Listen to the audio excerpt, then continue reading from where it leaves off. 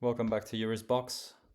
In this video, I'll give my outlook on TLT and the data coming out next week. If you enjoy this kind of content, consider leaving a like. And as usual, nothing I say in this video is to be considered financial advice. Before I start, I just wanted to thank everyone that subscribed and left a like. I definitely appreciate the support. So I went over in my previous video all of the data that we had, or really the most important data releases that we had last week. We had an initial jobless claims come up higher at 240. We had PCE come in line, and the added bonus of the Atlanta Fed GDP now throws the extra curveball. I'll get this one straight out of the way. The next release is for March. Yeah, of course, March. For Monday the 3rd, which is tomorrow. And just keep this in the back of your mind, because what you really want to see if this gets revised upwards, and I think there is a chance it does. Again, why did this come out so negative? It's the culprit is the trade balance, because as I said in my previous video, the way GDP is calculated, you have consumption, government spending, investments, and net exports. Net exports came in negative because of the front running of tariffs. We had increased imports. That pushed net exports again down, and that acted as a drag on this initial forecast. And remember, this is just a forecast, and again, an initial forecast. So it'll get revised again tomorrow, and just keep an eye on it. What you'll really be looking for next week, looking at, will be some ISM data coming out on Monday, and if I'm not mistaken, on Wednesday as well. Yeah, you get services on Wednesday. ADP as well, although this number tends to be a bit flaky, so really take it with a grain of salt, with whatever direction it comes out in. Thursday you have initial jobless claims, and then you have the non-farm payrolls, which is again what I'm really waiting for, and I guess who am I kidding? Everybody else is waiting for, with 133. Actually, I'm pretty sure this got revised lower lately, because if I'm not mistaken, I remember seeing at least 143 or 150. But in any case, I think the best place to start is the initial jobless claims, as this will be the last print for the month of February, if I'm not mistaken, and it'll just contribute in painting the picture for what will the unemployment rate be. Okay, so what you really have at your disposal to kind of imagine where the jobless claims will be, the unemployment rate will be, is really two things. One, you can monitor. The other one, you'll have to wait for it. One is the initial jobless claims. Now, the forecast is actually for 340, which is not a small number. Okay, 340. If this isn't bugging out or anything, that would break out of this kind of holding pattern that we've been in, and definitely break out to basically 07 levels. Okay, pretending that that isn't there, and it's a pretty big job pretending that number, you didn't just hear that number. But overall, from just taking a bird's eye view, from 215, let's put it like this: 215, 220 seems to be kind of the break-even point for initial jobless claims. Anything below that, you kind of get unemployment ticking down. 215, 220, more or less. Could be wrong, but generally speaking, whenever we have prints come around that area, you see the unemployment rate stay steady. Anything above that, and you see the unemployment rate tick up. A great example of that is July. If I find it right here, you saw it come up from 220 and eventually peak out at 250, and that, with those numbers, you had a 0.2% increase in the unemployment rate. Now, the other thing that really determines what the unemployment rate will be is the labor force participation rate. Let me find it straight away, right here. And you can't really control this because this comes out with the non-farm payrolls report. And were you to see the labor force participation rate go down, you could actually see the unemployment rate be held artificially low by it. Because again, if people are potentially leaving the labor force, again, that could potentially just hold the unemployment rate underwater. And it could also be just for negative reasons as well. Keep that in mind. It could be, well, because people aren't finding a job, and so they're just quitting the labor market altogether. So it doesn't even have to be for good reasons. Same thing is true for labor force participation rate going up. That could artificially, quote unquote, push the unemployment rate up. So again, it's really a combination of the two. Really, when it comes down to the unemployment rate, this is kind of a deal breaker. 340 if this doesn't change, and if we actually see something like that come out. I mean, personally, let's put it like this. Personally, I'm not expecting anything dramatic, and maybe I'm wrong. Maybe this is the shock of a lifetime. Very well could be. All of the data is pointed in that direction. Or let me correct myself. The data that we got in February has pointed to something that at the very least is the opposite of what we've been seeing ever since September. Okay, something that is more consistent with what we saw in July and August. Now, again, if we see something come out, initial jobless claims come out over 220, anything over 220 is just a further proof that you'll likely see the unemployment rate go up. How much? It really depends on this last print. My base case is that we see a 1/10, maybe 0.2% increase. That's honestly what I'm looking for, what I expect. But again, that's just me coming out with a number and pulling it out of thin air. So again, it's worth what it's worth. The other side of the print, obviously, is non-farm payrolls, and that is 133, if I'm not mistaken. Again, yeah, 133. What you have at your disposal to determine, again, from a height, what it could be is your best ally is the PMI report, and particularly the employment section, of course. And what the employment section really points towards, again, in the PMI's words, employment fell slightly. It was the first decline in employment for 3 months.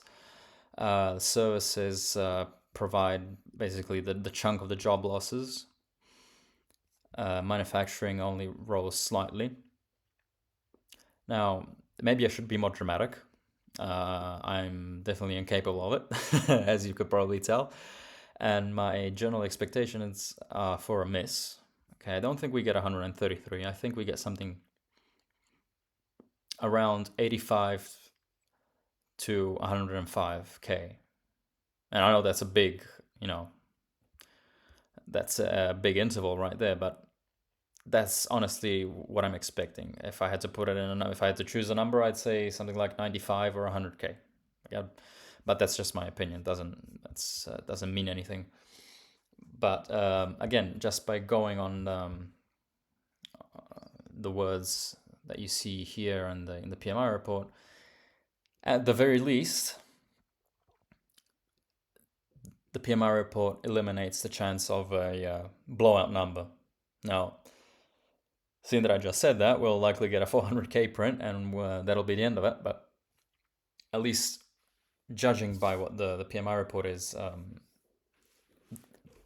it definitely doesn't scream optimism. Okay, so if I had to pull numbers out of thin air, I'd say 90k, 95k, and a 4.1 to 4.2 unemployment rate. Again, that is dependent on the last initial claims number that we get on Thursday, which is a kind of a screamer if we get 340. Another thing to consider really is that February is the first month where you'll see the effects of all of this government spending being reined in. Okay, so you'll see the effects of it. One thing I'll be curious to see is actually the effects of the hiring freeze, how that'll weigh on the non-farm payroll reports, and what it's one of the reasons why I'm looking for a miss. Nothing dramatic, but still a miss. And as well, I think that the 340k is again, it could be affected by all the government spending being reined in. We've definitely seen also a lot of layoffs being announced and store closings in the last month. Again, if you haven't already checked them out, definitely look at Macro Edge on Twitter. They are one of the best when it comes down to keeping an eye and tracking the labor market data. So again, Macro Edge on Twitter, on X. So to wrap things up, I don't have to tell you that if we do get a miss on Friday, that would be a tailwind for bonds, depending on the data. The first question you have to ask is it going to retest the trend line? And again, this is really astrology for men. That's that's how you have to think about these trend lines. But does it have to happen? It definitely doesn't have to happen. It doesn't have to happen, especially if we do get a miss. If we do get a miss on Friday, you'll likely see it rally, and I think that the next level to watch is about 94.70, and for bonds to go over the $95 range on TLT. If we do get something that looks hotter than the data that we got in February, you could actually see it just retrace back to the $87 range. But again, that the only way you're getting that is if you get something that dispels the data that came out in February. As far as everything else is concerned, a miss would just continue to fuel growth uncertainties, and could it be enough to see a further breakdown of this kind of sideways chop that we've had ever since October, really after the election, really. Could be, because at that point, one of the closing thoughts I'll leave you with is that one thing that really surprised me a lot is that I was really expecting this initial fall in rates to be more of a positive for risk assets, kind of to continue to stay in this bad news is good news and good news is bad news until the summer. Now, we've really shifted much earlier than I thought.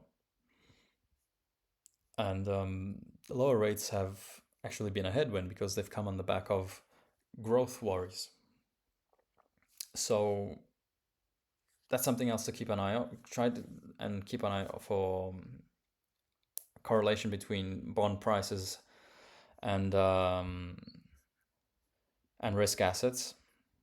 So if bonds are rallying and risk assets are falling, that's just more confirmation of the potential shift I talked about in my previous videos, and many other people actually have also kind of flipped in this view. I'm definitely not the first, and I'm probably one of the last ones as far as maybe I know. But in any case, it's what I think. And as far as the report is concerned, just remember one thing. There's a reason why everybody jokes and says it's the most important report until the next one, because every time it's non-farm payrolls week, we all fall in the habit of getting excited and saying, "Oh man, this is gonna settle it all," and it doesn't settle it at all, and you just have to wait for the next print. So just remember that. Yes, it's important, but we'll have another one, and we'll have another one after that, and we'll have another one after that. Okay. So just to wrap it up, I'm expecting a miss, whatever that's worth, somewhere around between on the unemployment rate, somewhere between 4.1 and 4.2. That again, that is really dependent on the initial claims. Okay, since we have this huge number possibly coming out on Thursday, so keep an eye out for that. If we do see something ridiculous, like, I mean, already 340, on speaking on relative terms, is already a blowout number. I mean, you're right up, straight up here. Okay, you're again back at 2007 levels. If you see something like that, you could also see something worse when it comes to the unemployment rate, which again would just be an added bonus for bonds. And as far as the non-farm payroll number is concerned, I'm expecting a miss, nothing dramatic, somewhere around 95, 100. And that's mostly based off the PMI, and we'll see how it comes out. It could be higher, could be lower. I don't know. Nobody knows. And that's, I guess, some of the what makes it fun. Okay, nobody knows. I'll leave it at that. Again, if you like this kind of content, consider leaving a like, and I'll see you next time. Bye.